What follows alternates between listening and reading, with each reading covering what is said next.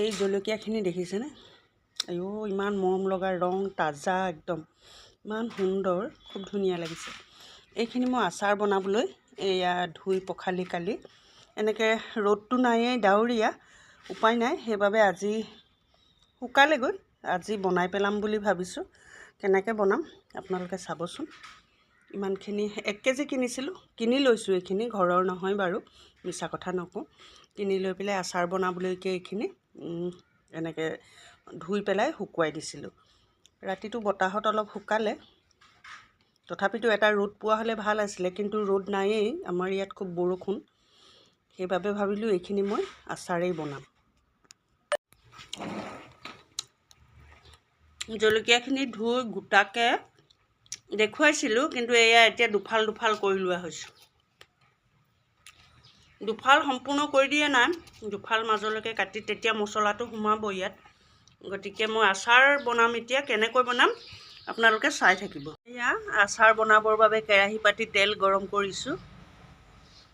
তেল ইমানখিনিয়ে যথেষ্ট সৰহো হ'ব পাৰে কমো হ'ব পাৰে কিন্তু ইয়াত ভিনেগাৰ দি দিম। ভিনেগাৰে অলপ সৰহ কৰি দিয়ে কাৰণ ভিনেগাৰটো অলপ পানী হয় ন পনীয়া টাইপৰ। তেলত সৰহকৈ দিলেওতো এইটো মিলি যায় সেইবাবে তেলটো গৰম কৰি লৈছোঁ জাষ্ট উতলিছে আৰু গৰম হৈছে।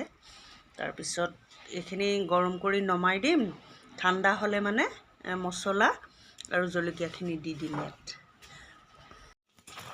এইটো আচাৰ মছলাৰ পেকেটটো এইটো মন পচন্দ লিখা আছে ইয়াত। এইটো চাওক মন পচন্দ আচাৰ মছলা। মই ঘৰত সেইখিনি কৰিবলৈ ৰ'দ নাই বা মই কেৰাহীত ভাজি ল'বলৈ বেয়া পাওঁ। গোটা মছলা গোটেইখিনি কৰি ঘৰত মই নবনাওঁ মই ডাইৰেক্ট কিনি আনো। কিনি আনি মই এনেকৈ আচাৰ বনাওঁ। গতিকে এতিয়া এইটো মছলা দিম দি পেলাই কালাৰ দিম মিৰ্চ পাউডাৰ। এই জলকীয়াখিনিত অলপ মছলা সৰহকৈ লাগে কাৰণ মছলাটো জলকীয়াখিনিত সোমাব লাগিব ন তেতিয়াহে টেষ্টটো আহিব। গতিকে 2টা পেকেট লৈছোঁ। এই 2টা পেকেট মই ইয়াত দিম।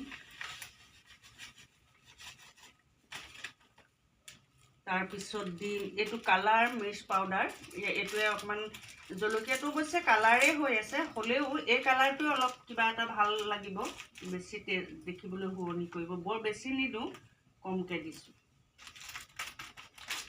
মই এতিয়া ডাৱৰীয়া দেখি মই এইখিনি মছলা পেকেট আনি পেলাই বনাইছোঁ কিন্তু ৰ'দ দিলে মানে মই ঘৰতে গোটেইখিনি জিৰা গুটি মিঠি গুটি বা সৰিয়হ এনেকৈ গোটাই পেলাই শুকুৱাই ৰ'দত গৰম কৰি খুন্দি লওঁ। এতিয়া বৰ্তমান এইখিনি এনেকৈয়ে মই এইটো দেখিছোঁ এনেকৈ এইখিনি বনাই দিছোঁ। তেলটো ঠাণ্ডা হৈ গ'ল গৰম কৰি ল'লোঁ। ঠাণ্ডা কৰি পেলাইহে এতিয়া এইখিনি দিছোঁ। জলকীয়াখিনি চাওকচোন কিমান সুন্দৰ। এইখিনি গুটিও ক'ৰবাত পেলাই দিলে হয়তো পুলি পাম। গতিকে এইখিনিও পেলাই দি পচাম। কেৰাহীটো গৰমেই হৈ আছে।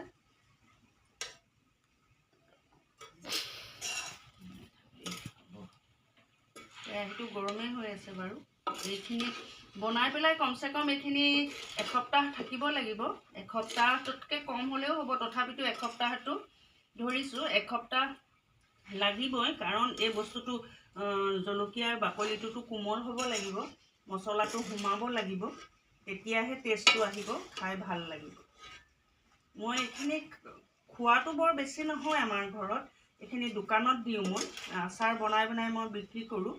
দোকানত দি দিওঁ দোকানত বিক্ৰী হৈ যায়। এতিয়া কৰ্দৈ আচাৰ বনাই ৰাখিছিলোঁ সেইটো মই ভিডিঅ'টো বনাই থোৱাই আছে দিয়াহে নাই কিন্তু কৰ্দৈ আচাৰ মই দোকানত বিক্ৰী কৰিলোৱেই।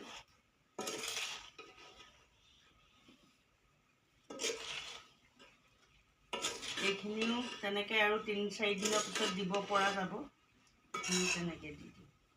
ঠিকেই হৈছে। তেল মছলা সকলোবোৰ ধুনীয়া জোখ হৈছে। এতিয়া ইয়াত ভিনেগাৰ দি দিম অলপমান ছটিয়াই। ভিনেগাৰে ভেঁকুৰটো নুঠায় বা কালাৰটো বেয়া নকৰে। ভিনেগাৰ দিলে বছৰলৈ থৈ দিলেও আপোনালোকে খুব সুন্দৰভাৱে ৰ'দত দি খাই থাকিব পাৰিব। এতিয়া ৰ'দত নিদিলেও হ'ব। এসপ্তাহ সপ্তাহ 10 দিনৰ পিছত এবাৰ ৰ'দত উলিয়াই থাকিব লাগে মাজে মাজে, বৰ বেছিকৈ নহ'লেও হয় বাৰু। ভিনেগাৰটো দি থ'লে খুব ভাল হয়। গতিকে এইখিনি হৈ গ'ল। আপোনালোকে চাওকচোন কিমান ধুনীয়া হৈছে, মছলা ইয়াত ধুনীয়াকৈ সোমাই যাব। দেখিছেনে? দেখিবলৈ ভাল লাগিছে, খাবলৈও চাগে ভাল লাগিব। এইখিনি অলৰেডি হৈ গৈছে। এতিয়া মই ইয়াত ভিনেগাৰ ঢালি দিম অলপমান। সেইকাৰণে ভিনেগাৰ দিবলৈ হ'লে ভিনেগাৰ নিদি আপোনালোকে নেমু ৰসো দিব পাৰে, হৈ যাব। নেমু ৰসো দিব পাৰে। ভিনেগাৰ আৰু নেমু ৰসে দুইটাই একেটাই কাম কৰে। গতিকে মোৰ ভিনেগাৰ আছে, সেইবাবে মই ভিনেগাৰকে দি দিছোঁ। তাৰপিছত এতিয়া অলপ ঠাণ্ডা হ'লে মানে বৈয়ামত ভৰাই ৰাখিব। গতিকে এনেদৰে বৈয়ামতটো ভৰামেই, বাকীখিনিতো হৈ গ'ল। আপোনালোকক মই জলকীয়া আচাৰ বনোৱা পদ্ধতিটো এনেদৰে দেখুৱাই দিলোঁ। চ' কাৰ কাৰ ভাল লাগে কমেণ্ট কৰিব, আৰু প্লিজ চেনেলটো ছাবস্ক্ৰাইব কৰি ল'ব। সকলোকে কৈছোঁ চেনেলটো ছাবস্ক্ৰাইব কৰি ল'ব বছ।